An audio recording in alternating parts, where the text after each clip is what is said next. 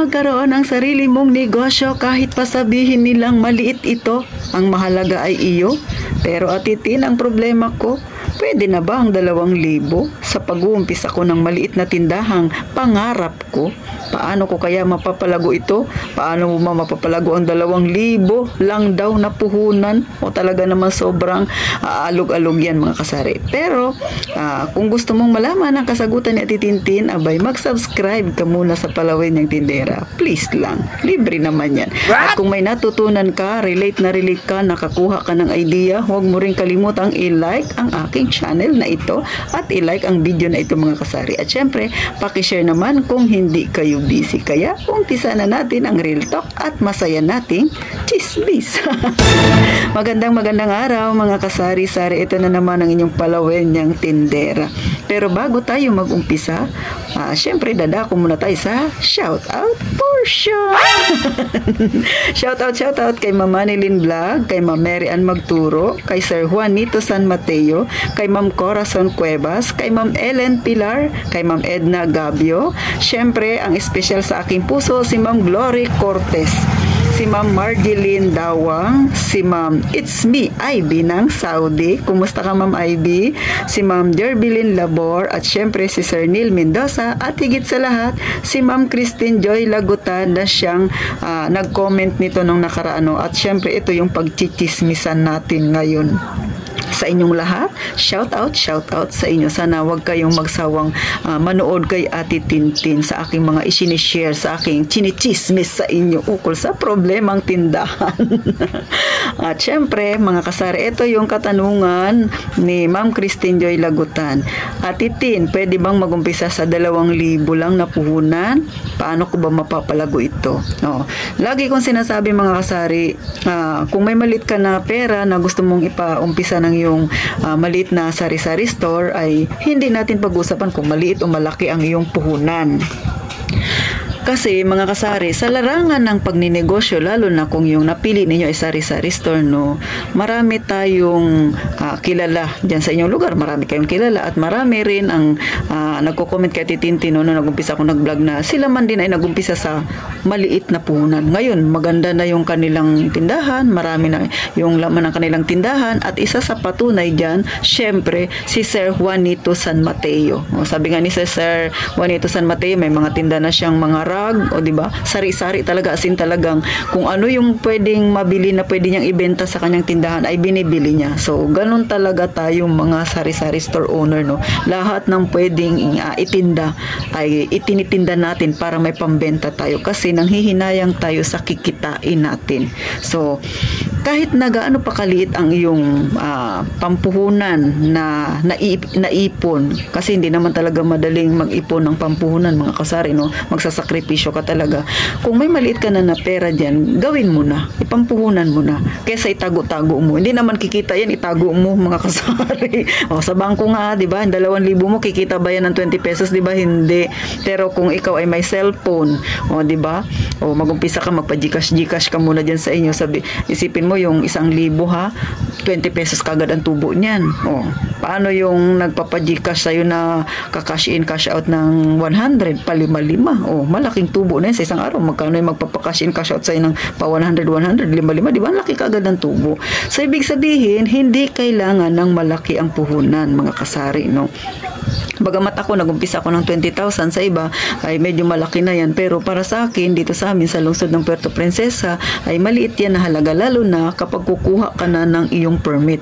So, eto, sa mga gustong mag-umpisa na may kagaya kay Ma'am Christine Jo yung problema, 2,000 lang ang kanyang ipon siguro na kaya niya pang ipampuhunan, gawin nyo na. O, bigyan ko kayo na example, no? Katulad kay Mother noon, malilit pa kami noon, I think parang grade 3 ako noon mga kasari, nasa ibang lugar kami. So, si Father ay nagtrabaho, medyo malayo. Ngayon, syempre, sunod din kaming pamilya niya. Doon sa kumpanya na yun, may libreng pabahay. Pero yung bahay na yun ay parang 8 yata na kwarto o 10 o 12, basta mga ganun. Panay kwarto-kwarto yun. Yun yung kwarto, yun ang libre. Yung CR at saka yung kitchen ay common. So, ibig sabihin, paglabas mo ng kwarto mo, yung kaharap mo, kwarto na rin yan, pintuan na rin nila yan. So, ganun ang style doon mga kasari. Tapos, maliit lang yung pinaka-hallway niya.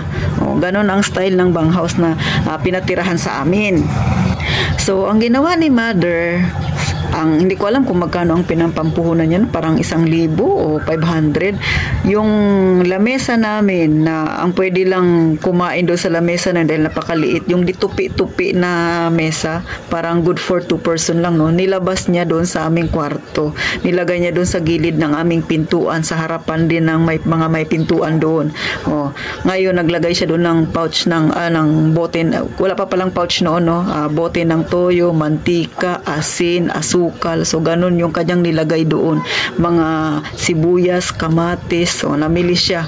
O, nilapag niya doon. Kasi ang katwiran niya, sino ba naman yung taga-banghouse, yung mga kapitbahay namin na taga-loob din na lalabas pa kung meron ng maliit doon na tindahan na pwede mong pagbilhan. Kasi yung palengke doon sa amin, malayo pa yung ikutan, mga kasari.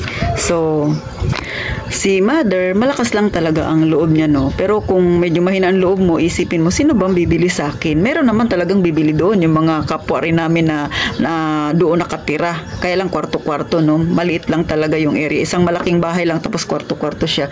Pero kung ikaw ay hindi masyado matatag ang loob mo, tapos magtatayo ka doon ng maliit na tindahan, isipin mo, sino kang bibili sa akin? O, diba? Pero kung negosyante yung pag-iisip mo, kahit gaano pa kalit ang punan mo, kahit saan ka pang lugar, basta nakikita mo na may mga kapitbahay ka na posibleng bumili sa'yo kaysa iikot pa sa palengke na pagkalayo-layo, di ba? Mantakin mo kung magluluto ka na tapos wala kang asin at saka betchin, toyo, pupunta ka pa ba ng palengke pagkalayo-layo doon ang iikutan doon sa amin, mga kasari. So, isipin mo, kung meron doon maliit na tindahan, doon ka na lang bibili. Nakasave ka pa ng oras. So, yun yung naisip ni Mother. Kaya parang 500 yata siya nag-start noon, mga kasari. Noon ay matagal na yun kasi grade 3 pa ako eh. So, kumikita siya kasi ang katwiran ni Mother, kumita lang ako ng 50 pesos ay okay na. Sino raw ang magbibigay sa kanya ng 50 pesos? So, which is totoo naman. Kaya sa mga nag-iisip diyan na yung 2,000 masyadong maliit at itin, parang pangit tingnan, umpisa ka sa bahay mo lang, o di ba? Kunwari may mga kapitbahay ka diyan, o sabihin mo, ay may tinda ako dito na toyo, mantika, asin, yung mga pangkusina lang muna, doon ka mag-umpisa. Oh, tapos magpa-Gcash ka rin. Kung hindi pa masyado malaki yung pera mo, at least tumutubo. Yun yung pinakamaganda doon, mga kasari, no? Sabi ko nga, hindi natin pag-usapan yung malaki o maliit yung punan mo. Ang pag-usapan natin, kung pursigido ka, kahit gaano pa kaliit yung pera na hawak mo, basta determinado ka na palaguin yan, lalago at lalago yan. Pero syempre, sa umpisa, medyo mahirap talaga. Kasi akalaan mo 2,000, talaga naman ang gapang mo niyan, mga kasari, no? So, matinding budget time talaga yan. Kasi nga, kailangan sa 2,000 na yan, hindi mo talaga gagalawin muna. Siguro mga ilang buwan mo munang palaguin yan, no? Kasi 2,000 lang siya. So, huwag ka munang aasa na kikita ka. Ang pinakamaganda mong gawin ay ilagay mo sa isip mo na masaya ka sa ginagawa mo. Huwag ka munang kukuha doon na para sa'yo. Palaguin mo muna, mga kasari. Isipin mo na lang na para ka lang na namamasyal, di ba? Pag namamasyal ka, masaya ka. So, ganun din yung ilagay mo sa isip mo pag nagtitindahan ka na sa 2,000. Huwag mo masyadong isipin na napakalit ng tindahan ko. Huwag mo siyang tingnan sa negatibo. Tingnan mo siya sa positibo na ang iniisip mo yung 2,000 na yun, makalipas ang isang buwan, sabihin na natin maging 3,000 yan, maging 4,000 yan, o di ba? Hindi mo mamamalayan yan. Pag nag-isang taon ka, meron ka ng tindahan na ganito kay Ate Tintin. Promise, mga kasari. Basta magaling ka lang humawak ng pera at syempre, huwag mo munang babawasan ang iyong tindahan. O, yan muna. Talagang lahat ng benta, ibili mo nang ibili. O, talagang budget muna, mga kasari. No? Huwag mo nang kumita ka lang ng pagtotal mo sa 2,000, naka 2 linggo ka, ay atitin, kumita na ako ng 500 sa loob ng isang linggo, pwede ko nang bawasan. Huwag muna. Ibili muna ng ibili ng paninda.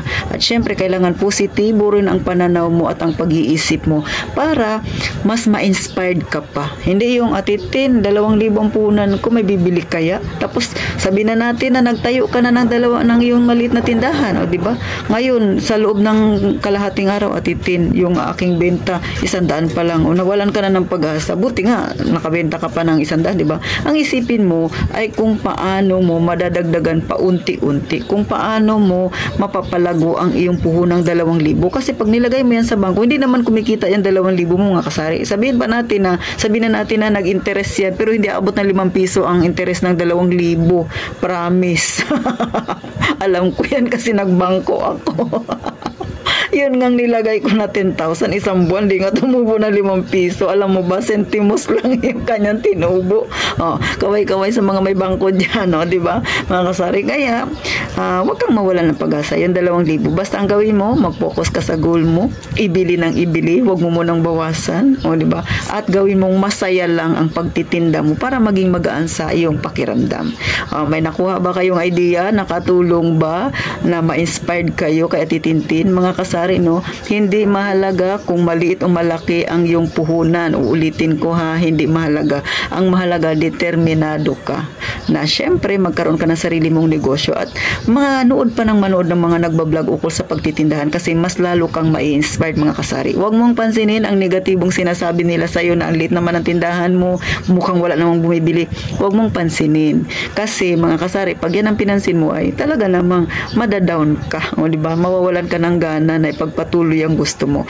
Ang intindihin mo kung paano mo mapadoble ang 2,000 mo. Malay mo, sa isang buwan, maging 5,000 na yan kaagad, kasari, nang hindi mo namamalayan. So hanggang dito na lang sa Titintin, mga kasari. Sana nakapag-inspired ako sa inyo. Sa mga nag-comment, may 2 pa akong hindi nasasagot. Antayin nyo na lang sa mga susunod, mga kasari. Pagka medyo hindi na busy sa Titintin, gagawa natin ng paraan para masagot yan ang inyong katanungan. So paano? Makita tayo sa sunod na vlog na Titintin. Gaya nga lang palagi kong sinasabi, mag-iingat tayong palagi, mga kasari.